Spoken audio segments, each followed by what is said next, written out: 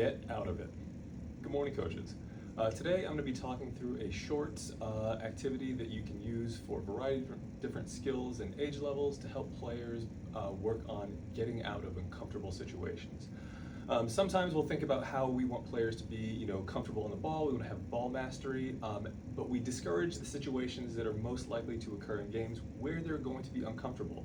Whether or not it's a 4v4, 77, 9v9 or up, one of those common situations that we're going to see is when the defending team, our opposition, plays a ball over or through, and our defenders are going to have to chase to recover, and they're going to have to turn and deal with the ball to try to play out of the back, try to maintain possession, try to progress.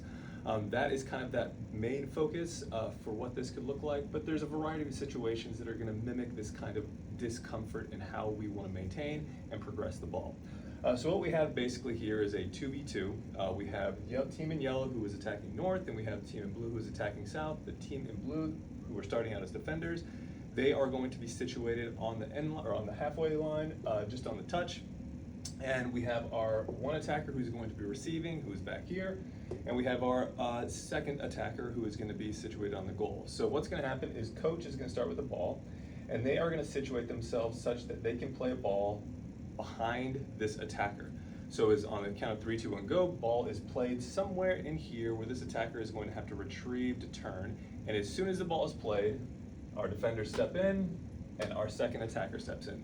What this is going to require this player to do is they're going to have to first retrieve the ball, they're going to have to get possession, and they're going to have to then turn and try to play either through, or they're going to try to have to get out and around.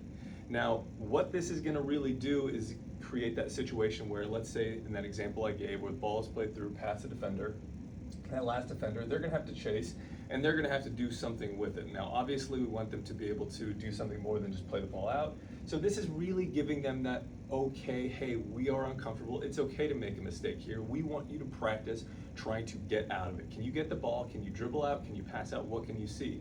And for the second attacker, that's going to give them that chance to go, what are the two defenders doing? Have they left space in the middle where I can exploit that space? Or have they positioned themselves where there is one defender pressing and one defender holding? Am I going to have to make space? What am I going to have to do to support the player on the ball? Now for this, really encouraging adaptability over perfection. In a previous video I did, we want to think adaptability is the goal. The starting point for how this player receives the ball is key. How are we going to encourage them to continue to be uncomfortable? If it is a player who may not be as comfortable and we want to provide a little bit of difficulty, what I might do is instruct the defenders, as I said kind of in that last example, one press, one hold.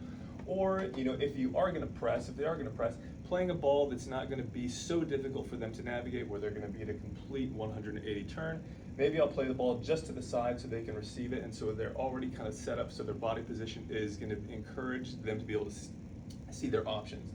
On the other hand, if it is a really, really skillful player, what I might do is encourage our two defenders as soon as the ball is played to really step hard, and I might ask this player to start in push-up position. Get down in push-up position, and then rather than just play a ball, I might just bounce the ball to really encourage them to have to navigate a much more challenging starting dynamic situation. But, with this kind of activity, recreating that slice of the game that we know players are going to see, and then encouraging dynamic starts, 3, 2, 1, go, ball is played in, they're going to have to start moving in order to receive, and then how each of the players' role is going to then be dictated by what the opposition does and what their teammates do. What do I see that's going to encourage me to look at certain situations, certain actions rather than others, all with the underlying goal of how can we get out of it. Cheers.